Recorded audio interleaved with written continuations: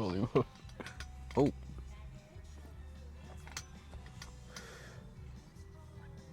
In the 90s, when we talk about equality, or at least what it meant to become an adult, we were given this idea that as long as you found a job, you would be able to grow within that job, eventually work your way up to be some kind of manager, pencil pusher, or whatever might you.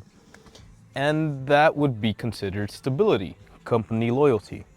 And it's not just American, right? I would even consider that Japan and or Korean is even more settled on the whole corporate structure builds the universe. And that was great in a period of industrialization, in a period of growth, in a period where we just had creativity and let's just call it manufacturing abilities. But now we're in the year of 2025. That's a good quarter of a century away from what people were used to. And now we have another beautiful interpretation of what it feels like to be within this rat race in the middle of your age, your time, by one Park Chan-wook. If you know that, you know that already. It's the guy that's done Parasite. I believe he's done a couple of other movies. I've seen those movies. I am quite amused with what he brings to the table. This is a gentleman that has time and time pushed boundaries in terms of what we're meant to see. Meaning, simply, that yes, this is a story of a older middle-aged man trying to refine some kind of financing, some kind of stability for what is family, right?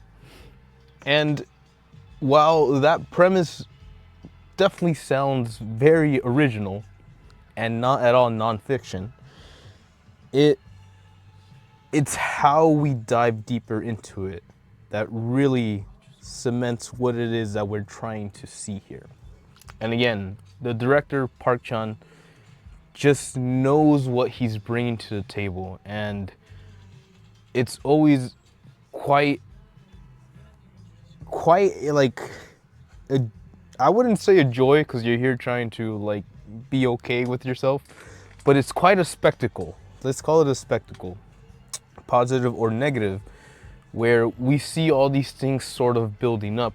We're given a baseline, we're given a sense of normality, we're given hope from the very beginning.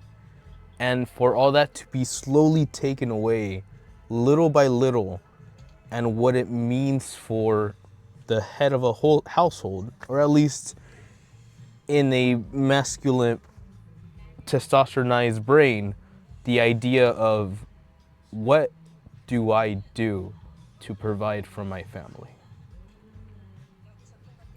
And you'll notice too that not only is it showcased on the father's side, because you could easily stop there and just let it be, oh, the father has to figure things out. But again, any great story is filled with great supporting characters, and great supporting characters are simply those characters that reflect upon our main character, and it shows more of details of what they are, how they are, why they are influenced to be this way.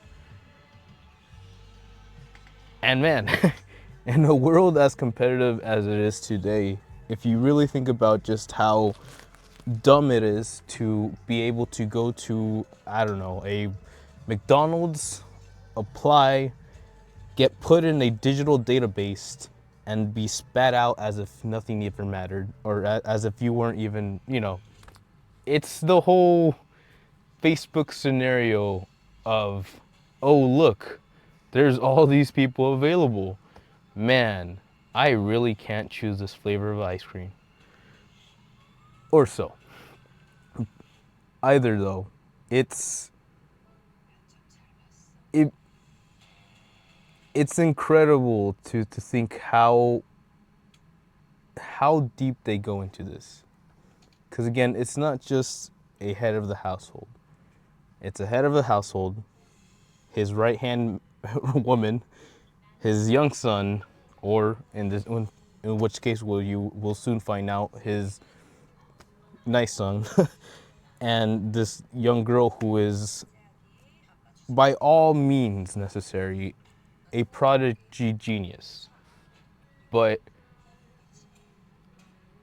again, having to really reflect on this kid has potential, and because of where we are at right now, me, the person, perhaps we may not be able to provide what this child needs. And to me, that's a terrifying thought. The idea that you could have so much potential within a mind, and then by circumstances do nothing with that. You you couldn't support it, you couldn't fund it, you couldn't give it the right soil that it needed to grow. And like any relationship, it is all about soil, maintaining and providing, which I believe is the main reason why any male in any generation, whether it's lizard brain ingrained or whether it's this super highly competitive market that is being forced upon us by social media and all those worldwide comparisons, it's interesting. Relationships are one of the most difficult things to navigate, in my humble opinion. And I know chemistry, but it's the idea that even if you were to find someone who, in that timeline, in that moment, in that present, you would be able to reflect and grow and just invest in each other in this sort of supportive role that inspires growth, fondness, relationshipness, depending on what you're going for there. But it's within that very simplicity that more problems arise. As in that you are who you are right now. You feel what you feel. You think what you think, and you know what you know. But time has the valuable effect of completely changing everything. And that includes relationships. No two people are going to stay the same person for the rest of their lives. So the game, the juggle, right? The game becomes, how does one grow synonymously with the related person and help support that growth and help inspire or support or what they need be. Because unfortunately, one of the biggest lies in 2025, at least from my opinion, humble opinion, is marriage. The idea that you both decided to make it happen through better or worse, through sickness and health. And the idea that people of this generation actually have what it takes to handle that, or as I think about it, have this potential strength to actually support that relationship. Because we'd like to say that love is a thing and emotions are what drives us, but a lot of things have changed. So when you come up to a guy, or when you come up to a husband and you tell him, listen kid, you gotta cut you, it's just not in the budget, you're not, we can't have you, man, then yeah, a lot of things start to go within that brain. And within that brain, they say that an animal is most dangerous when it is cornered. So where we are at now, the kind of society we have built, the environment that we are now raising our children in, and the relationships that we have decided to build in this generation based on necessity rather than actual realization, in a humble opinion, has all put us at an interesting point in time. Some people call it recession. Some people call it the Dark Ages Part 2. Park Chan-wook calls it no other choice.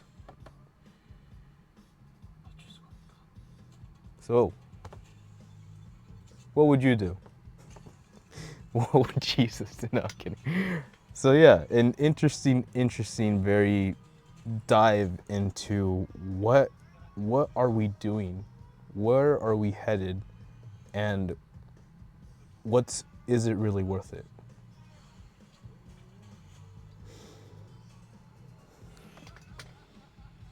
But in a very subtle and very fun manner. I do think some of the best aspects of Park's films are that he really knows how to drive up the intensity, the tenseness, the shock value, even if it's not something super alarming or adrenaline inducing in the scene. Everything building up to the moment and all that it implies for future moments is what really brings everything to the table and makes you tense up for the situation, because we know consequences, but what we don't know is how far are we willing to push it. And like his other movies, Parasite, and I'm pretty sure there's one that I can't even think about right now, but it's out there. Yeah, this one really adds a layer of complexity, but in a very almost Robin Hood sense. And I see that as the most ironic part of everything. The fact that in this generation, you can go through a film where a guy has to do what a guy's got to do to provide for his family, and you still come up at the other end of it going, damn, he was a good father. And that is the year of 2025. But hey, don't trip. 2026 is coming our way. So while number 6 is a very bad number in my book, I still think we'll have some fun things in the future. So I know the movie is not out yet. We had a beautiful evening where we were able to early screen it last night at the AMC's. And that was great. I enjoyed it. I had a lot of fun. So once this film comes out, I believe next weekend or this weekend, highly recommend it. Again, if you've seen Parasite, if you've seen any of his other films, director Park Chan-wook, then yeah, you'll know what you're getting into. And it does have a slower build-up, but again, it's a very well done build-up of points that all come to make a universe, universe, and that all become the symphony of our story or of our universe. So If that entices you, if that makes you think, whoa, it's time to get crazy, then hey, go check out No Other Choice. But hey, if you like that, if you like this, it's been your boy, EXP, wishing you buenos dias, buenas tardes, stay safe, take care of yourselves, go donate to a soup kitchen. It's Christmas. Ya, mátenme.